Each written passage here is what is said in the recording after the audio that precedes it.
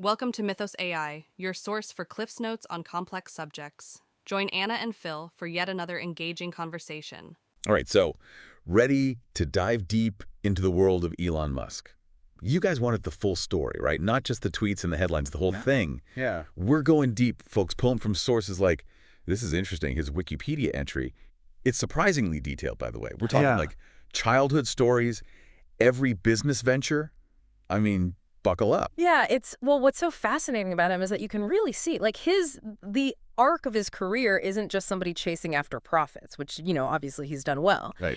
It's like this direct line from, like, his childhood fascinations to tackling what he seems to view as humanity's greatest threats. Okay, so let's unpack this. Let's start with those early years. Yeah. Born in South Africa, not exactly, like the tech hub of the world, right? Right. What sparked this whole journey? Wow. Well, yeah, so his Wikipedia entry talks about, it sounds so cliche, but like a young Elon Musk devouring science fiction and teaching himself to code. This is a guy who, and like, we're not even kidding, actually sold a video game he coded while he was still just a student. Hold on. So he's coding and selling games when most kids, I was trying to beat Super Mario back then. This is next level. Right, exactly. This kind of gets to the core of, I think, for better or for worse, what we see in Elon Musk, like this relentless, or some might say even ruthless ambition. Yeah. And we see that, later on when he found Zip2, his first real big success, which he sells to Compaq. Then there's the whole PayPal saga. Right. Which we could spend a whole nother deep dive on. Yeah. But that sort of lays the foundation for the even bigger, bolder things that he's known for now, like SpaceX and Tesla. Speaking of PayPal, wasn't that like his big payout? When eBay bought them, didn't he make a ridiculous amount of money? Yeah. Like enough to retire on a private island money. Over $170 million, it says. See, I told you. But instead of, yachts and margaritas, he decided to pour those funds into, wait for it, rockets. Okay, see, that's where things get really, really interesting. SpaceX. Right. Colonizing Mars. That just sounds like something straight out of a movie. Well, it kind of is, but this is where I think Musk's real long-term vision comes into play. He views space exploration not just as some sort of vanity project, but as absolutely essential to humanity's survival. It's like he wants to create a backup of the hard drive, just in case things go really south here on planet Earth. Makes sense, I guess. And then there's Tesla. Yeah. Talk about a gamble. Electric cars back then, that was like a punchline. And now, look, everybody and their eco-conscious neighbor wants a Tesla. Yeah, and it's not even just the cars, though, right? You've got Tesla, Energy, Solar City. He wants to completely revolutionize how we power the world. It's true. Is it ambitious? Absolutely. But it could also be a complete game changer in how we think about energy. Yeah, and we can't forget about, everything else he's got going on. Neuralink with, the whole brain-computer interface thing. Oh, yeah. The Boring Company. He's literally, digging tunnels.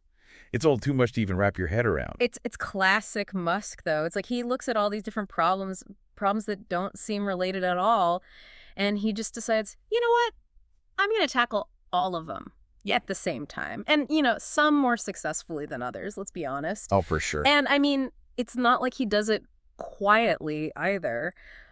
There's no shortage of controversy surrounding Elon Musk. Remember that whole pedo guy comment? Oh, yeah. And the fallout from that, or his little run-in with the SEC? Yeah, we weren't going to get into, the whole Twitter takeover. Right. That's a whole other beast. Yeah. We're trying to focus on, the person, right? Yeah.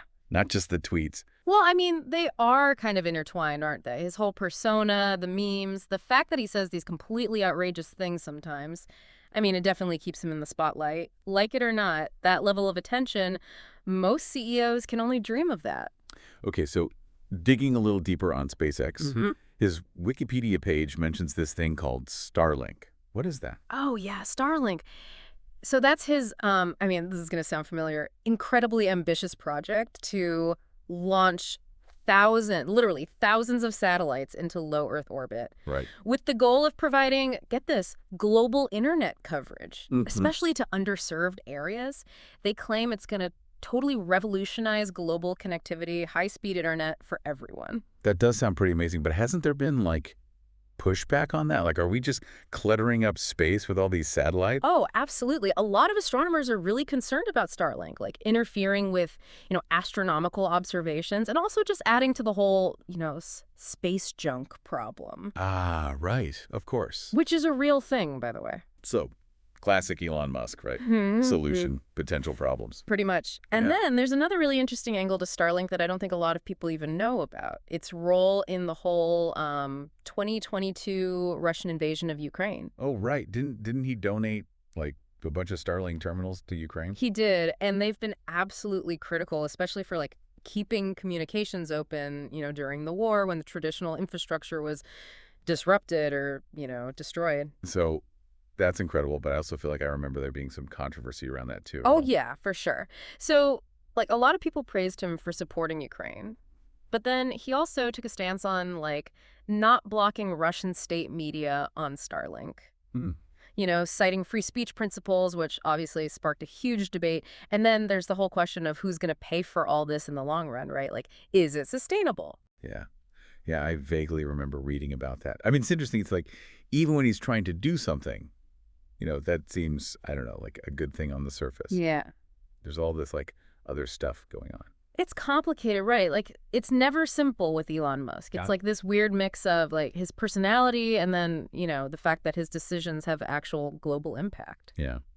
Speaking of complicated, let's shift gears back to Tesla for a minute. Okay. So we talked about his vision for, like, sustainable energy and all that, but I mean, it hasn't exactly been smooth sailing, right? Definitely not. I mean, remember that tweet about taking Tesla private at $420 a share? Oh, yeah. That did not go well. Yeah, the whole funding secured tweet. Yeah. What was that all about? Well, the SEC, the U.S. Securities and Exchange Commission, they're not messing around. They basically said that he, made false statements about having funding secured to take Tesla private, which, if you're like an investor, that's a big deal. Right. That could mislead people. So they sued him. Oh, wow. It was a whole thing. It eventually led to, a settlement, a pretty hefty fine, and Musk had to step down as Tesla's chairman. Wow. See, that's what I'm saying. Like, he's ambitious, sure, but it's like this fine line he's walking between that and maybe just being a little impulsive sometimes. Maybe. And, it's interesting because even putting those incidents aside, there have been questions about,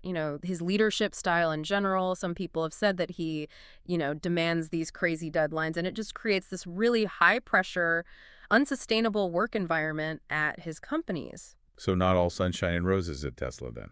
Definitely not always. But you have to admit, even with all the controversies, his impact on the electric vehicle market, it's huge. I mean, he took what was like this niche technology and he made it mainstream. Like every other car company is scrambling to catch up now. It's true. He's like the ultimate disruptor, right? Like he just comes in, shakes things up, pushes the boundaries, but then, leaves a little bit of chaos in his wake. Yeah. Speaking of pushing boundaries, Neuralink.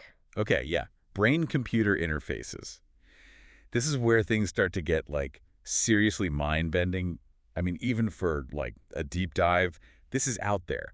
What are they even trying to do? So their whole goal is to develop these implantable devices, right? They create this, like, direct link between your brain and a computer. Why? Like, what's the point? Well, I mean, the potential applications are pretty wild if you think about it. Like, imagine enhancing your memory or treating, like, debilitating neurological disorders, maybe even achieving, like, some sort of symbiosis with artificial intelligence. Well, okay, now you're just getting into, like, Matrix territory. Like, is any of that even possible? So they have made some progress, believe it or not. They've developed this device that's implanted, like, in your skull, and it connects to your brain with these tiny microscopic threads that can actually record your neural activity. Have they started testing this on humans yet? Not yet. So far, it's mainly been animal testing. Pigs, monkeys, mostly.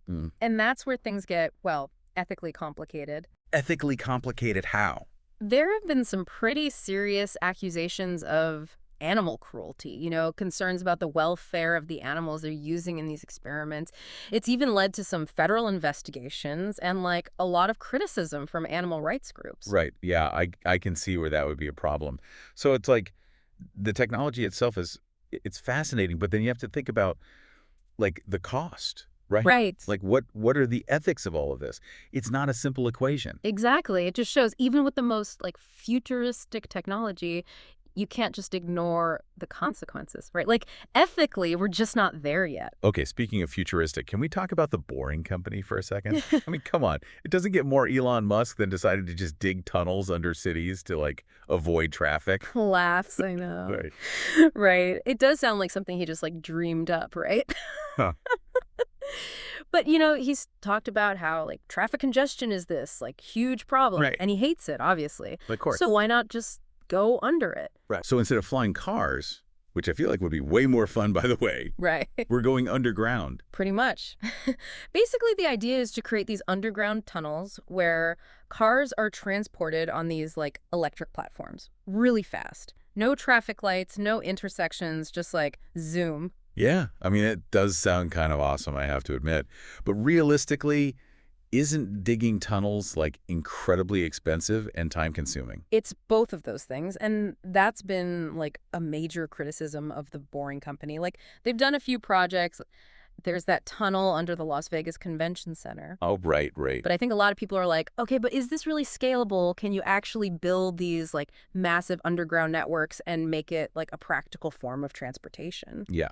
So again, like a lot of his projects, it's this mix of like really ambitious vision, potential benefits, but also a whole lot of like, I don't know about that. Yeah, a healthy dose of skepticism, Exactly. which might be the story of Elon Musk. Yeah.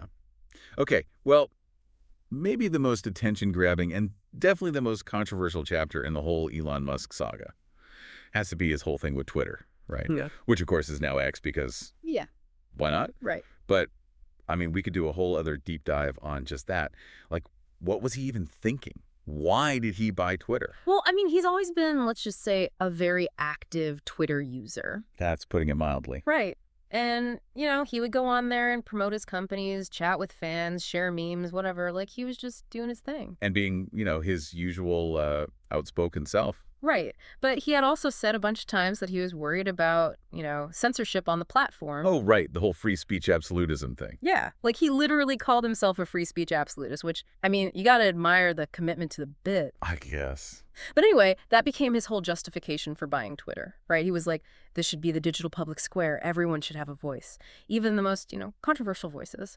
And how did that go over? I mean, everyone loves free speech, but come on. There's got to be some, like, limits, right? Yeah, it was, as you might imagine, a total disaster. Yeah. Like, some people were like, yeah, free speech, go Elon. But a lot of people were really worried about what it meant. Like, what about hate speech? Misinformation, harassment, all that stuff. Right. So not exactly, like, universally celebrated then. Let's just say there were some mixed reviews, and I think what made it worse was his definition of free speech seemed to conveniently line up with his own viewpoints a lot of the time. Right. And the things he did after he took over, they didn't really help. Like, remember when he reinstated all those accounts that had been banned? Oh, yeah. Including some really, really high-profile, very controversial figures. I mean, people were already nervous, and then he does that. Like, what's he going to do next? And then, of course, there's the whole rebranding thing, right? From Twitter to X. What's that all about? Like, what is X supposed to be? Well, that's the million-dollar question. He said that he wants it to be like this everything app, which is a little vague. A little bit. I mean, he wants it to be social media, but also like financial transactions, news, I don't know, everything. Is it even possible? Who knows? But that's kind of his thing, right? Oh, yeah. Dream big, even if it sounds a little crazy. But what does all this mean for Twitter? Like, for the actual platform itself? I haven't been on there in, like, a year. Well, it's changed a lot. Like, there were huge layoffs. He completely changed a bunch of the policies, messed with the algorithm, And I think that's left a lot of people, both users and advertisers, wondering, like, what's going to happen? Like, is Twitter long for this world? I don't know. Yeah. Seems like a lot to deal with. Yeah. So, safe to say that the whole Twitter, or X, I guess, situation has been eventful? Eventful might be the understatement of the century. It's like every day there's a new headline, some controversy, some speculation about what Elon's going to do next. It's exhausting. Yeah. Okay, well, on that note, I think we need to take a little break, gather our thoughts. When we come back, we'll dive into some of the more specific controversies surrounding Elon Musk, like his actual tweets, his personal views, all the legal stuff. Stay tuned. This deep dive is far from over. So where were we? Oh, yeah, Elon Musk. The sequel. Because one deep dive just isn't enough.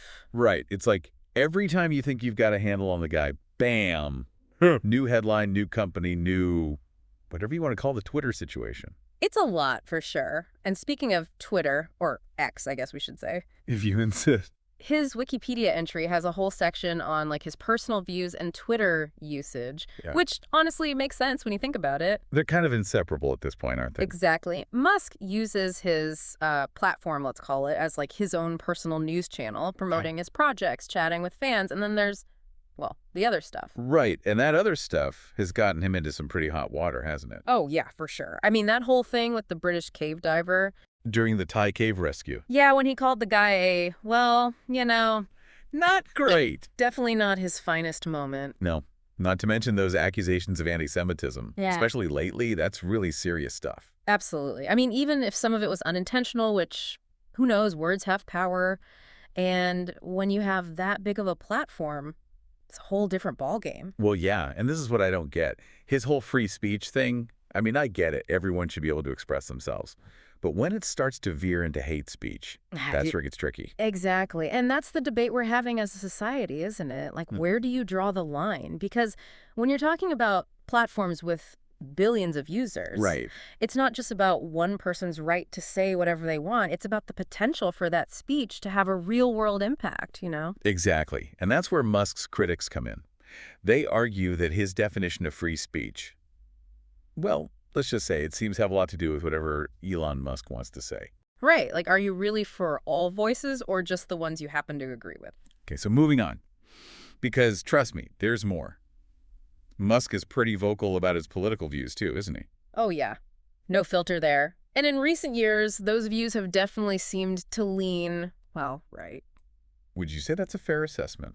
I mean, he's endorsed Republican candidates. He's been critical of government regulation. Remember when he moved Tesla to Texas? Partly because he was unhappy with California's political climate. Yeah. And then there was his whole peace plan for the war in Ukraine. Oh, boy. Yeah. Not exactly met with open arms, let's just say. Right. Suggesting Ukraine just hand over territory to Russia. In a nutshell. And then he acts surprised when people get upset.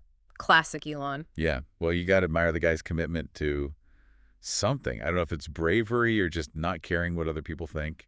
It's a dangerous combination, that's for sure. Okay, so let's talk about his personal life for a minute. Because you can't talk about Elon Musk without talking about, well, Elon Musk. Right. The man's had a few trips around the sun, relationship-wise. A few?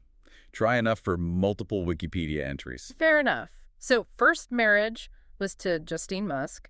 They had 6 kids together, which is like its own deep dive, honestly. And a whole other level of commitment. And then there was that whole thing with his daughter, right? Yeah, so his transgender daughter legally changed her name and gender and basically said, I want nothing to do with you. Yeah.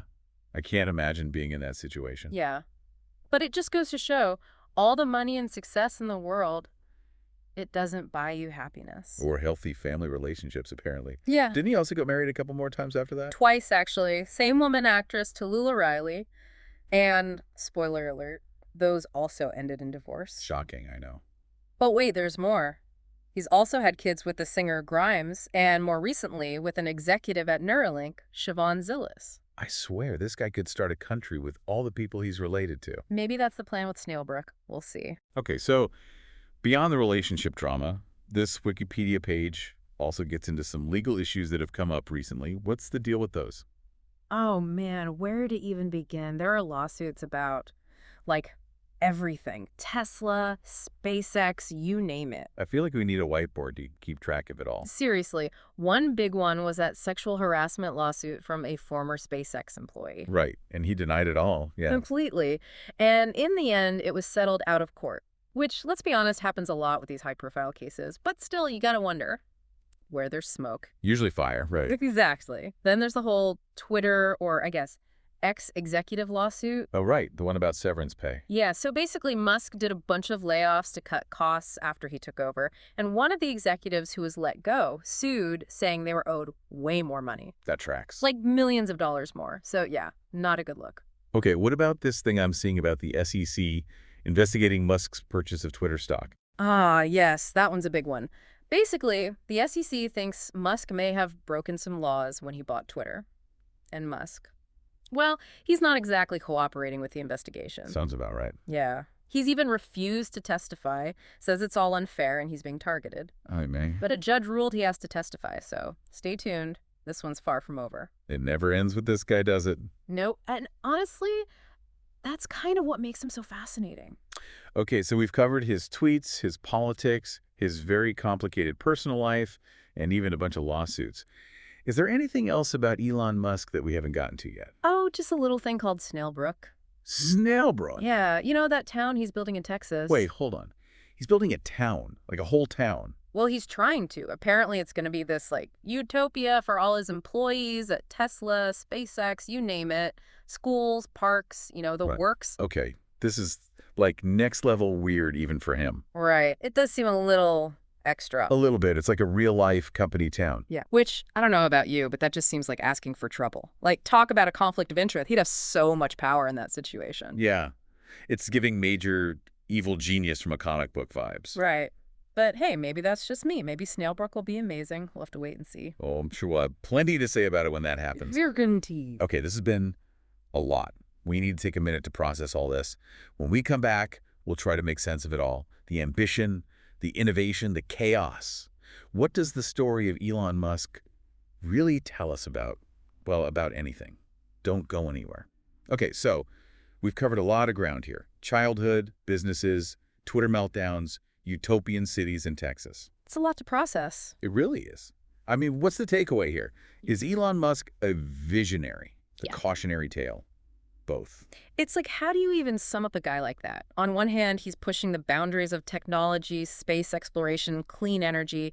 I mean, the stuff he's doing is straight out of science fiction. Right. It's like he's living 10 steps ahead of everyone else. Exactly. But then, the other side of it, the way he treats people, the questionable decisions, the constant drama, it makes you wonder, what's the cost of all this disruption? Right, because it's not just about the technology, is it? It's about the impact all of this has on the world, on society. And on the people around him, too, like his employees, his family, even his fans to an extent. It's like he's this constant source of fascination and frustration at the same time. 100%. So after a deep dive this intense, where do we even land on Elon Musk? I don't know if there's an easy answer to that. Honestly, maybe that's the whole point. He defies categorization. He's brilliant and reckless, inspiring and infuriating. He forces us to ask ourselves tough questions about technology, about leadership, about the kind of future we want to create. And maybe those questions are more important than any definitive answer. Maybe. Or maybe we're all just along for the ride, waiting to see what he does next.